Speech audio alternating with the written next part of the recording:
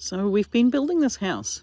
At the same time, I had a work-related accident which left me with a concussion, which has also slowed things down. But when you're building the house by yourselves, and I'm not the one with practical skills, and neither is the cat, nor the dog, it's slow going. But here's the reward. There's the view.